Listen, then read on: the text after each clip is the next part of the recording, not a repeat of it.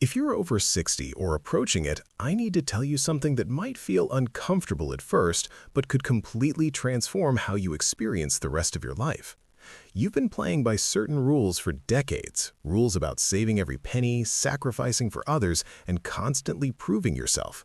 But here's the truth. Those rules were designed for a different phase of life, and continuing to follow them now is actually stealing your joy and wasting your most precious remaining resource.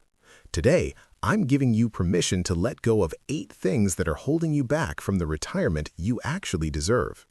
Fair warning, these get progressively more controversial as we go, and the last 3 are going to challenge some deeply held beliefs. But stick with me, because this might be the permission slip you've been waiting for. Let's start with the one that's going to make financial advisors cringe. If you're 60 or older, it's time to seriously reconsider your aggressive saving habits. Now, before you click away thinking I've lost my mind, hear me out. You've probably been saving your whole life. If you're watching content like this, you've probably been saving fairly aggressively. You've been living that millionaire next door lifestyle, driving the older car, skipping the fancy vacations, brown bagging your lunch, being incredibly disciplined about every dollar. And that discipline, it's admirable. I genuinely respect it. But here's the uncomfortable question. Are you sacrificing unnecessarily at this point?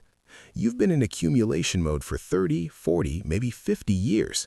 At some point, you need to shift from accumulation to actually enjoying what you've accumulated. Otherwise, what exactly was the point of all that sacrifice? Now, do I think you should completely stop saving? Maybe, depending on how much you've already saved.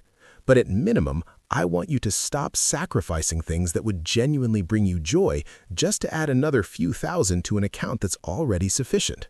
The way to know this is to actually run the numbers. Get a financial plan, understand what your goals are, and what it will actually take to get there. If you're already there or close to it, you've earned the right to enjoy that money. And here's the critical thing most people don't realize.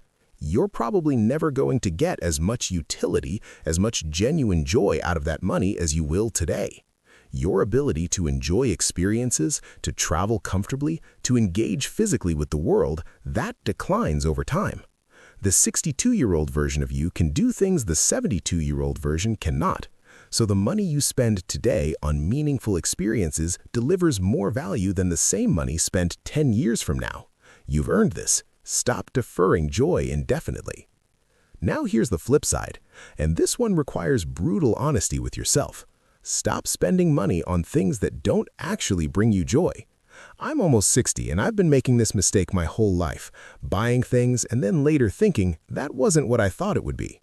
Hopefully we're all getting wiser about this through life experience, but it requires active attention. Here's a practical exercise. Look at the last $1,000 or $2,000 you spent on discretionary purchases, things you didn't absolutely have to buy. Now ask yourself honestly, how many of those purchases gave you joy in the moment? And this is important. In the moment matters. Having dinner with friends, coffee with your spouse, an experience with people you love, that brings joy in the moment. That's valuable.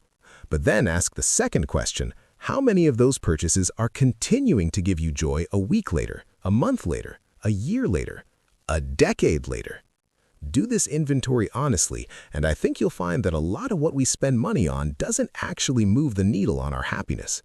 For me, when I did this exercise, I realized that the things that brought me genuine, sustained joy were experiences, adventures, and time with people I love. Not stuff, not the latest gadget or the thing I thought I needed, the experiences and the relationships. Your answer might be different, but you need to figure out what actually brings you joy and stop wasting money and time on everything else. Life's too short to spend money on things that don't matter to you. Number 3 is going to get personal, but it's critical. Stop pretending to be somebody you're not. Just be you. And here's the thing, you are a great person. The world needs your authentic self, not some version of you that you think you're supposed to be. We all play different roles in life. Maybe you're a parent, a spouse, a partner, a sibling, a friend, a colleague. These are all authentic roles, different versions of you in different contexts, but fundamentally, you need to give yourself the freedom and permission and love to say, I am good enough exactly as I am. You don't need to perform for people. You don't need to be who they expect or want you to be. I was fortunate to get to this point somewhere in my early 30s, but honestly, each year I get more comfortable being exactly who I am. And here's what I've realized. I'm not a match for everybody, and that's perfectly okay. Not everyone is going to love hanging out with me, and I don't need them to. You've earned the right to be you without apology.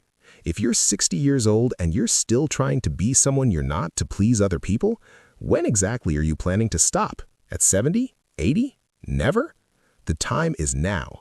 Be authentically you, and the people who are meant to be in your life will appreciate that. The ones who don't, they weren't your people anyway. Related to that, number 4, stop putting yourself down. We all have this tendency to be our own worst critics, to talk to ourselves in ways we would never talk to someone we care about. There are all kinds of reasons why we might do this. Old baggage, past failures, internalized criticism from others. But here's the reality. We all have strengths and we all have weaknesses. We're all human, and none of us are perfect. I have a personal rule. I don't put myself down, and I don't allow people in my life who consistently put me down. Life's too short for that. We become like the 6 to 10 people we spend the most time with, and I want you hanging around people who uplift you and encourage you to be the best version of yourself.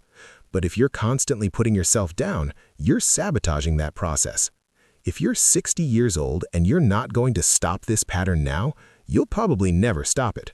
So if you need professional help with this, if you need to see a therapist to work through some of that baggage, do it. I did in my 30s, and it was one of the best investments I ever made.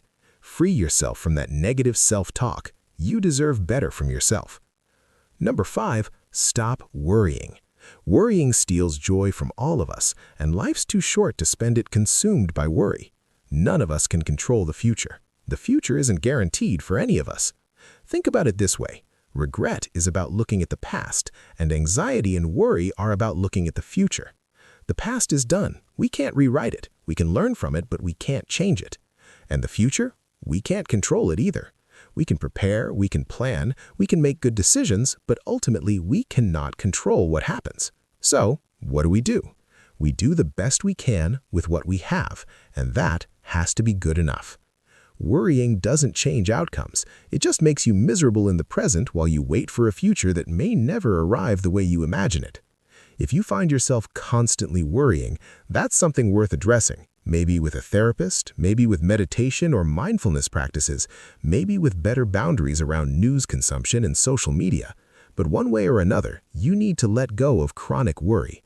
It's poisoning the time you have left. All right, now we're getting into the really controversial territory. Number 6, stop over-supporting adult children who can take care of themselves. And I know as soon as I say this, I'm going to get pushback, but hear me out. As parents, we naturally want what's best for our kids. It's incredibly easy to say, I'll help you with graduate school, or I'll help with a down payment on a house, or let me cover that expense for you. And listen, if you can genuinely afford to do that and your retirement is completely solid, great. Do it if it brings you joy. But here's what I see constantly. Parents putting their own retirement security at risk to help adult children who actually have other options. Your kids have student loans available for graduate school. They have mortgages available to buy houses. They have car loans to buy cars. But you know what kind of loan they don't have? Retirement loans. You cannot borrow your way through retirement. If your retirement isn't completely shored up, you need to give yourself permission to say no to requests for financial help from adult children who are capable of taking care of themselves. This is controversial, I know. I'm a parent myself, and I'm absolutely guilty of over-supporting my kids. But I want to encourage you, if your financial foundation isn't rock solid, prioritize yourself. It's not selfish, it's necessary. Your kids will figure it out. You can't. Number 7, stop taking your health for granted. Having time in retirement is critical, but your retirement is going to look completely different if you allow your health to deteriorate. A healthy, active retirement versus one limited by preventable health conditions, those are two completely different experiences. This means you need to invest time in your health right now. Invest time in shopping for healthier foods instead of just grabbing whatever's convenient. Invest time in actually cooking healthy meals instead of relying on processed food and takeout. Invest time in staying active, whether that's walking, swimming, strength training, yoga, whatever works for your body and your interests.